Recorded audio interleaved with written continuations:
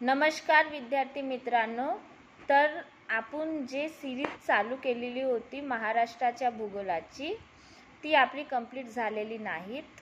आपण प्रादेशिक विभाग आणि प्रशासकीय विभाग बघितलेला होता महाराष्ट्राचा आणि क्षेत्रफळ, लॅटिट्यूड, लॉंगिट्यूड एवढंच बघितलेलं होतं।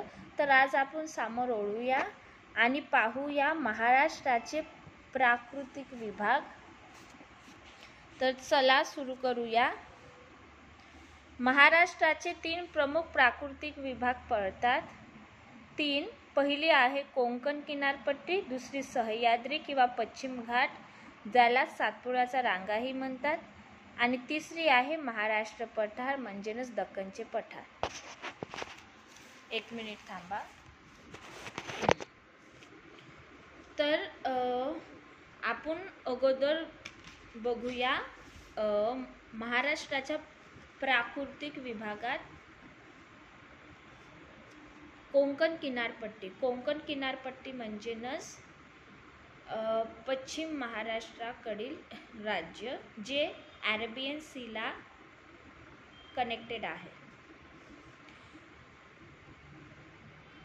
ज्याला आपण कोकण कोस्टल एरिया पण म्हणतो। सह्याद्री पर्वत व अरबी समुद्र या दरम्यानचा चिंचोळा प्रदेश म्हणजे कोकण किनारपट्टी होय। तर कोकण किनारपट्टी कोणाला म्हणायची? सह्याद्री पर्वत, जे प्लॅटू, जसं आपला दक्कन प्लॅटू आहे महाराष्ट्रात, खूप जास्त प्रमाणात आपल्या राज्यात दक्कन प्लॅटू आढळते। वेस्टर्न साईडला सह्याद्री पर्वत आहे। सह्याद्री माउंटेनची श्रृंखला आहे 1 by 1 व अरबी समुद्र या दरम्यान चिंचोळा प्रदेश म्हणजे कोकण किनारपट्टी होय। सह्याद्री पर्वत आणि अरेबियन सी यांचा मधला जो चिंचोळा असा वरून जाडा, तर उत्तरेपासून जसं आपण दक्षिणेला येतो तसं ते पातळ होत जाते कोकण किनारपट्टी। तर त्या चिंचोळी भागाला कोकण किनारपट्टी असे संबोधतात। पश्चिम किनारपट्टी राज्यातील दक्षिणोत्तर लांबी 560 किलोमीटर इतकी आहे। महाराष्ट्रात एकूण समुद्र किनारा 720 किलोमीटर आहे। काल बघितलेला आहे आपण, कोस्टल लँड महाराष्ट्राची 720 आहे आणि नॉर्थ साऊथ जे लांबी आहे महाराष्ट्राची ते पण 720 आहे, आणि वेस्ट ईस्ट जे लांबी आहे ते 800 आहे। क्षेत्रफळ 9394 चौरस किलोमीटर, सरासरी रुंदी 30 ते 60 किलोमीटर, उत्तरेकडील रुंदी 90 ते 95 इतकी आहे, दक्षिणेकडील रुंदी 40 ते 45 किलोमीटर आहे। फक्त कोकण किनारपट्टीची आहे इथे।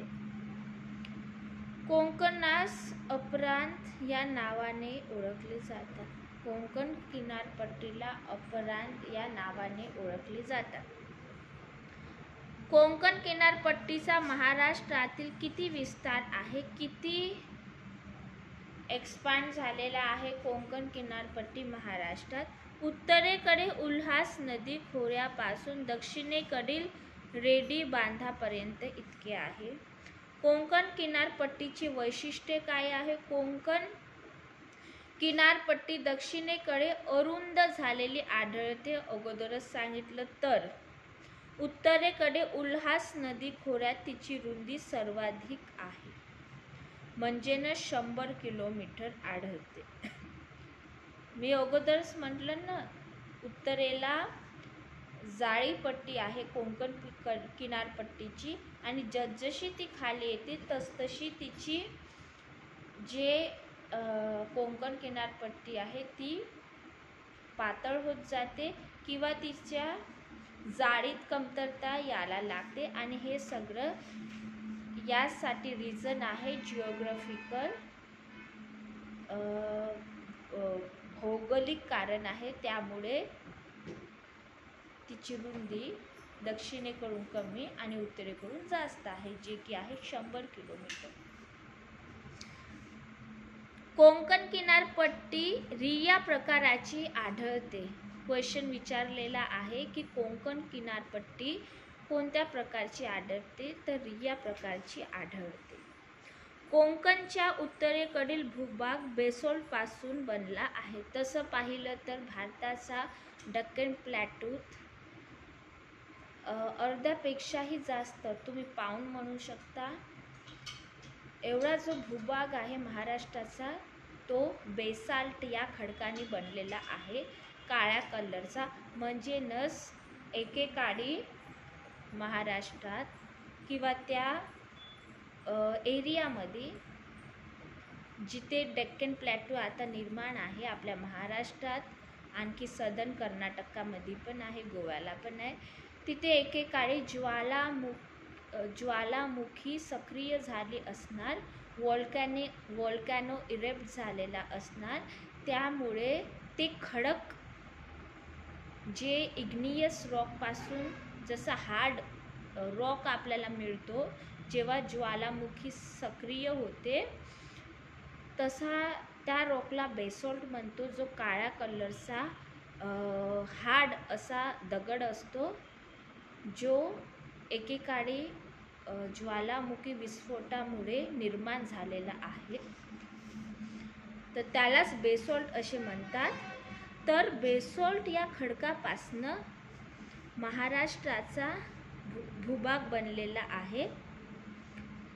उत्तरेकडील भूभाग बेसाल्ट पासून बनलेला आहे.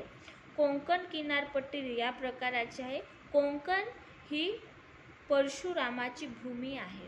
कोकण हे परशुराम देवतेचं नाव आहे, त्यांची भूमी आहे. कोकणच्या दक्षिण भागात अति पावसामुळे जांभा या प्रकारचा खडक आढळतो. सगळ्यांना माहीत आहे की कोकणमध्ये सगळ्यात जास्त पाऊस पडतो संपूर्ण महाराष्ट्रातून. आंबोली नावाचं ठिकाण आहे जिथे महाराष्ट्रात सर्वात जास्त पाऊस पडतो. तर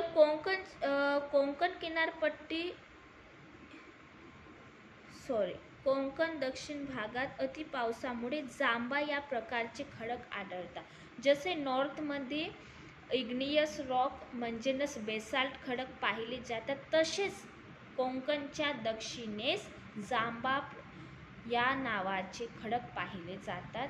आणि का पाहिले जातात, त्या जिओग्राफिकल रिझन्स आहे, भौगोलिक कारण आहे. कारण तिथे खूप अति प्रमाणात पाऊस पडतात, खूप जास्त प्रमाणात पाऊस पडतात. तरी पण 150 mm वर म्हणा किंवा 150 mm,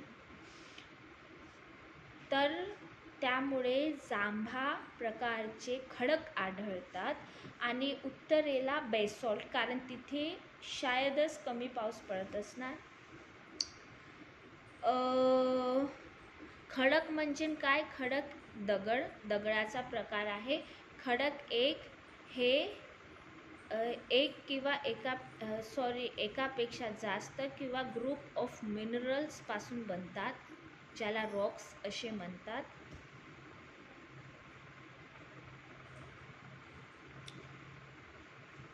कोकण किनारपट्टीच्या अरुंदपणामुळे येथील नद्यांची लांबी कमी असून त्यांचे खनन कार्य तीव्र आहेत. जसं म्हटलं की जशी कोकण किनारपट्टी आपण खाल दक्षिणेकडे पाहतो, त्याची जाडी जी आहे पतली आहे, म्हणजे अरुंदपणा कोकण किनारपट्टीच्या दक्षिणेस कमी आहे, म्हणून तिथे खनन कार्य तीव्र प्रमाणात केले जाते. कोकणातील प्रमुख नद्या कुठल्या आहे? उल्हासचे खोरे उत्तरेला आहे कोकण पट्टीच्या. उल्हास खोरे म्हणजे ज्या ठिकाणावरून नदी वाहते तिथे जॉर्ज बनवते एक. फॉर एक्झाम्पल, ही नदी वाहत आहे आणि इथे नदीचा पात तयार होत आहे, एक रस्ता तयार होत आहे कॅनल सारखा, त्याला जॉर्ज म्हणतात इंग्लिशमध्ये आणि मराठीत त्याला खोरे म्हणतात. उल्हास, वैतरणा, सावित्री, वशिष्ठी, शास्त्री, तेरेखोल इत्यादी नद्या या कोकण किनारपट्टीत आढळतात. कुठल्या आहे? उल्हास, वैतरणा, सावित्री, वशिष्ठी, शास्त्री, तेरेखोल 6 नद्या आढळतात कोकण किनारपट्टीत. कोकणातील सर्व नद्या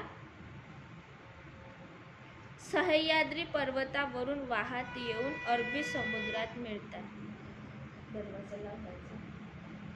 म्हणजेच कोकणातील संपूर्ण ज्या 6 नद्या आहेत त्या सह्याद्री पर्वतावरून उगम पावतात किंवा वाहत येऊन त्या अरेबियन सी मध्ये ड्रेन होतात. म्हणजेच सह्याद्री माउंटेन पासून त्या वाहतात आणि अरब सागरमध्ये आपलं पाणी ड्रेन करून जातात.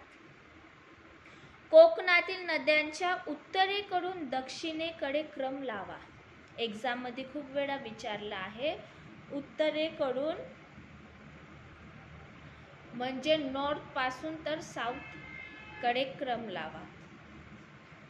तर उत्तर कोकणमध्ये दमणगंगा, वरोळी, सूर्या, वैतरणा, तानसा, भातसई किंवा भातसा, काळू आणि उल्हास या नद्या येतात.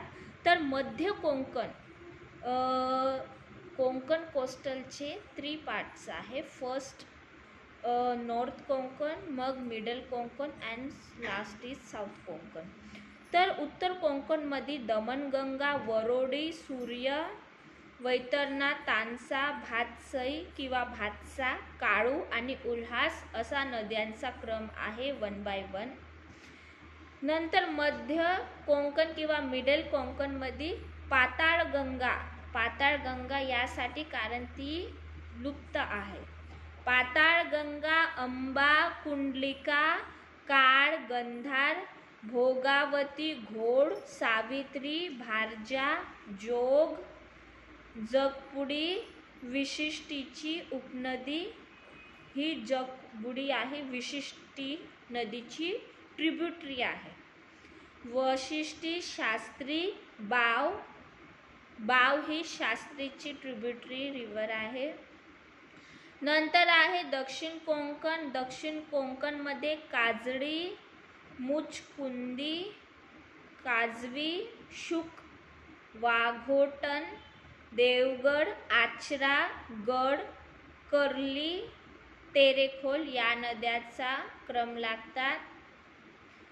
कोकणातील खाड्या कुठल्या कुठल्या आहे?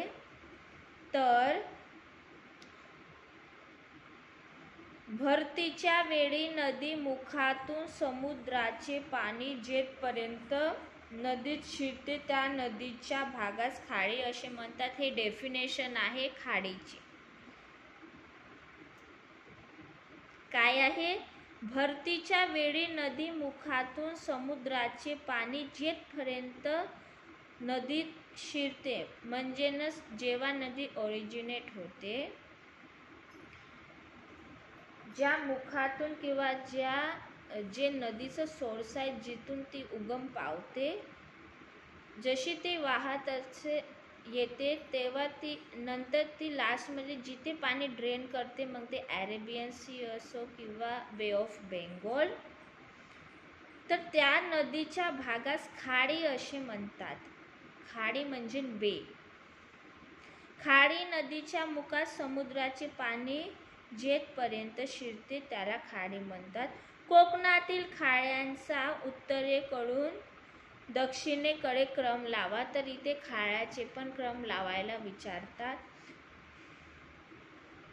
डहाणू, दातिवरे हे वैतरणा आणि तानसा नदीचे खोरे आहे. वसई हे उल्हास नदीचे खोरे आहे. ठाणे हे भातसई नदीचे खोरे आहे.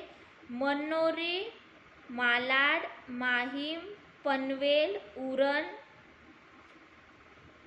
धर्मतर हे अंबा आणि पाताळगंगा नदीचे खोरे आहेत.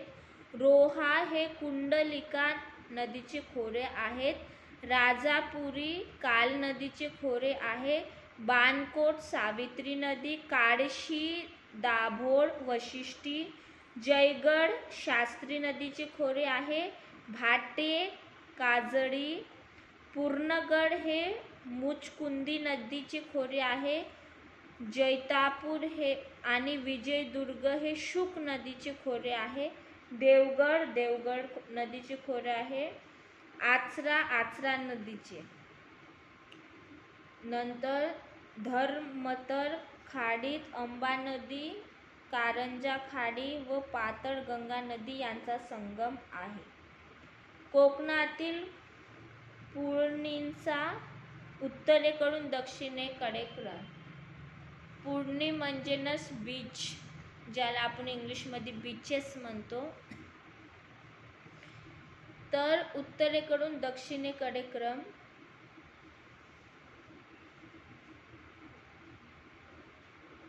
बोर्डी, डहाणू, सातपाटी, अनारडा, जिल्हा पालघर. ठाणे, मनोरी, मढ, दादर, गिरगाव, जुहू, मुंबई आणि मुंबई उपनगरमध्ये आढळते. अलिबाग, जंजिरा, मुरुड, श्रीवर्धन, हरिहरेश्वर, हर्णे, गुहागर, जयगड, गणपतीपुळे, भाटे, जिल्हा रत्नागिरी, दाभोळी, तारकर्ली, मोचेमाड, उभा, दांडा आणि शिरोडा हे सिंधुदुर्ग जिल्ह्यात आढळतात. कोकणातील बेटांचा उत्तरेकडून दक्षिणेकडे क्रम लावा. बेट म्हणजे आयलँड, छोटे छोटे. मुंबई उत्तरेकडे. मुंबई हे आयलँडच आहे, पूर्णपणे आयलँड आहे.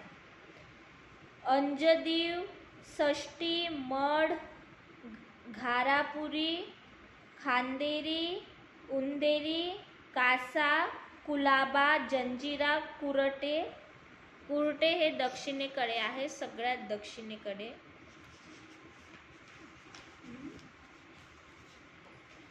सह्याद्री किंवा पश्चिम घाट. कोकण किनारपट्टी आपली झालेली आहेत. आता सह्याद्री किंवा पश्चिम घाट पाहूया. सह्याद्री हा प्रमुख जल विभाजक असून त्याच्यामुळे अरबी समुद्रास मिळणाऱ्या पश्चिम वाहिनी नद्या व बंगालच्या उपसागरास मिळणाऱ्या पूर्व वाहिनी नद्या असे नद्यांचे विभाजन झालेले आहे. जसा आपला महाराष्ट्र राज्य भारत पूर्ण देशाला डिवाइड करतो मधातून, नॉर्थ अलग आणि साऊथ अलग, महाराष्ट्र जसा मिडलमध्ये येतो, तशा वाणीस सह्याद्री माउंटेन हे विभाजक म्हणजेच डिवाइडचे काम करतात. कशाला डिवाइड करतात तर रिव्हर्सला डिवाइड करतात. त्या नद्या ज्या ईस्टमध्ये ड्रेन होतात आणि त्या नद्या ज्या वेस्टमध्ये डिवाइड होतात. फॉर एक्झाम्पल, जशी गंगा नदी आहे, बे ऑफ बेंगॉलमध्ये ड्रेन होते आणि सिंधू नदी आहे जी अरेबियन सीमध्ये डिवाइड होते. तर इथे डिवाइड कोण करते, यांना सह्याद्री पर्वत. सोर्स विचारलं तुम्हाला तर सह्याद्रीमुळे रिझन आहे सह्याद्री पर्वत, त्यामुळे नद्या वेगवेगळ्या ड्रेन होतात. निर्मिती. सह्याद्रीची निर्मिती प्रस्तरभंगामुळे झाली. सह्याद्रीची निर्मिती प्रस्तरभंगामुळे झाली. कोणत्या प्रोसेसमुळे झाली? प्रस्तरभंगामुळे. महाराष्ट्राच्या क्षेत्रफळात पश्चिम घाटाचा वाटा किती आहे? 12.2% इतका. 12.2% इतका वाटा आहे सह्याद्री.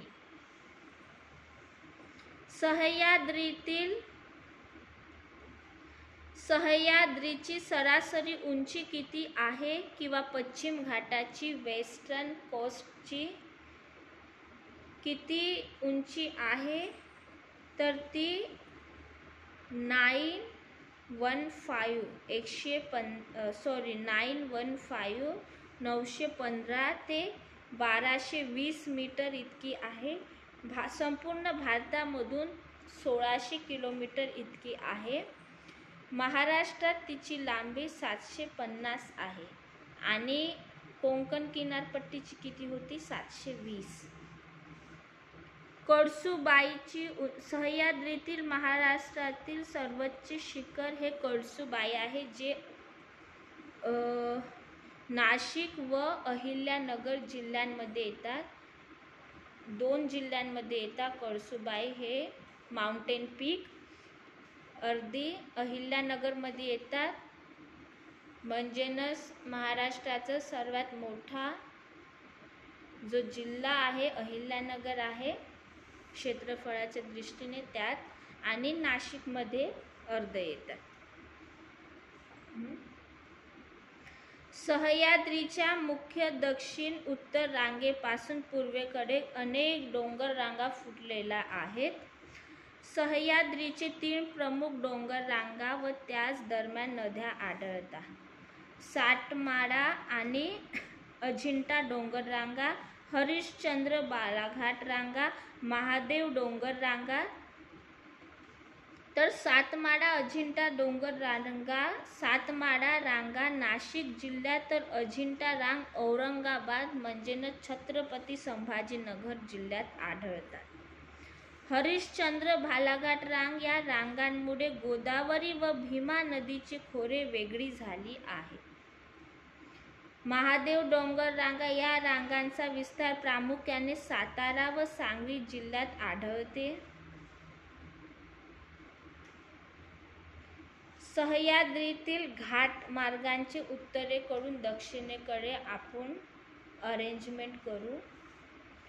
थरघाट सर्वात उत्तरेकडे येते. थरघाट नंतर येते माळशेज घाट, नंतर येते बोर घाट किंवा खंडाळा घाटही म्हणतात त्याला, नंतर येते वरंधा घाट, खंबाटकी घाट, परसणी घाट, असे 1 बाय 1 लावा.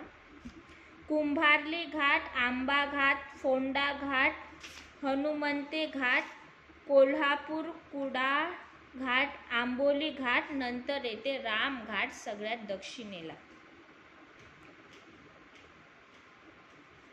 सातपुडा रांगा म्हणजेच सातपुडा रांगेत छोटे छोटे शृंखला आहे पर्वतांची, त्याला सातपुडा रांग म्हणतात. राज्याच्या उत्तरेकडे नंदुरबार जिल्ह्याच्या सीमेस सातपुडा रांगांचा स्पर्श झाला आहे, म्हणजेच खानदेशात टच करतो सह्याद्री रांग थोडीशी.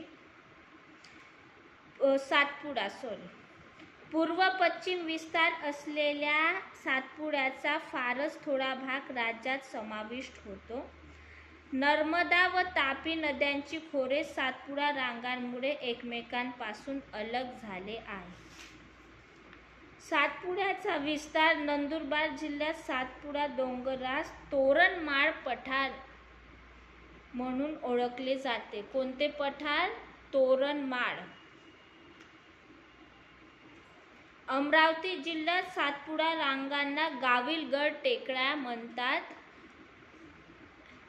आणि जिथे गाविलगड नावाचा ऐतिहासिक किल्ला ही आहे चिखलदरा या थंड हवेच्या ठिकाणी अमरावती.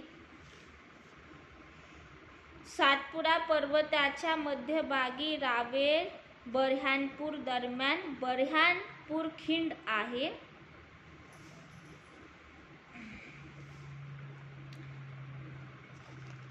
महाराष्ट्रातील सातपुड्यातील उंच शिखरे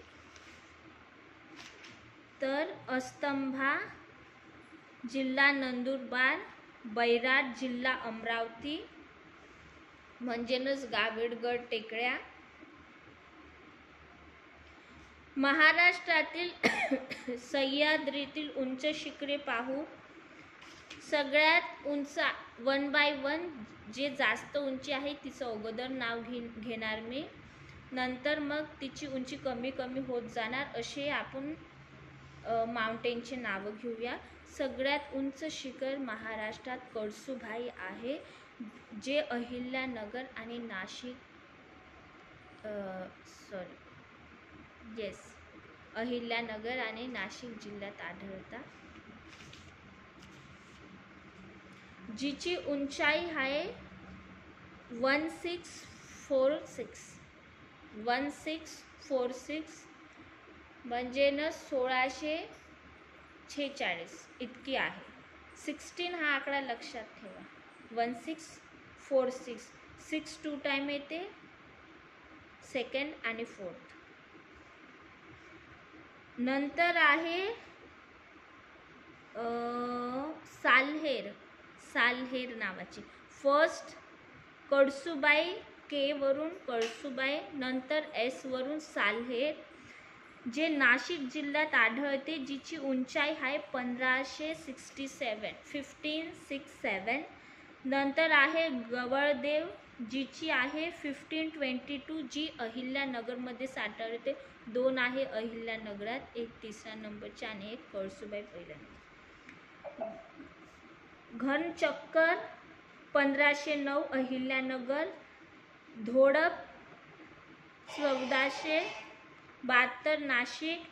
तारामती 1431 अहिल्यानगर. महाबळेश्वर साताऱ्यामध्ये 1438. हरिश्चंद्रगड 1424 अहिल्यानगरमध्ये. सप्तशृंगी 1416 नाशिकमध्ये. तोरणा 1404 पुणेमध्ये. पुरंदर 1387 पुणेमध्ये. मांगीतुंगी 1331 नाशिकमध्ये. राजगड 1376 पुणेमध्ये. त्र्यंबकेश्वर 1304 नाशिकमध्ये. सिंहगड 1302 पुणेमध्ये. रतनगड 1297 अहिल्यानगरमध्ये. ब्रह्मगिरी 1295 नाशिकमध्ये. अंजनेरी 1280 नाशिकमध्ये. मुल्हेर 1306 नाशिकमध्ये. सिंगी 1293 म्हणजे 1293 नाशिकमध्ये. तौला 1231 नाशिकमध्ये.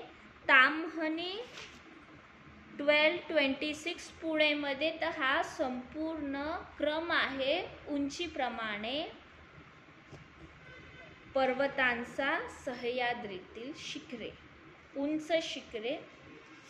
तर आजसाठी एवढंच. उद्याला आपण डेक्कन प्लॅट्यू बघू, दक्कनचे पठार पाहूया. धन्यवाद.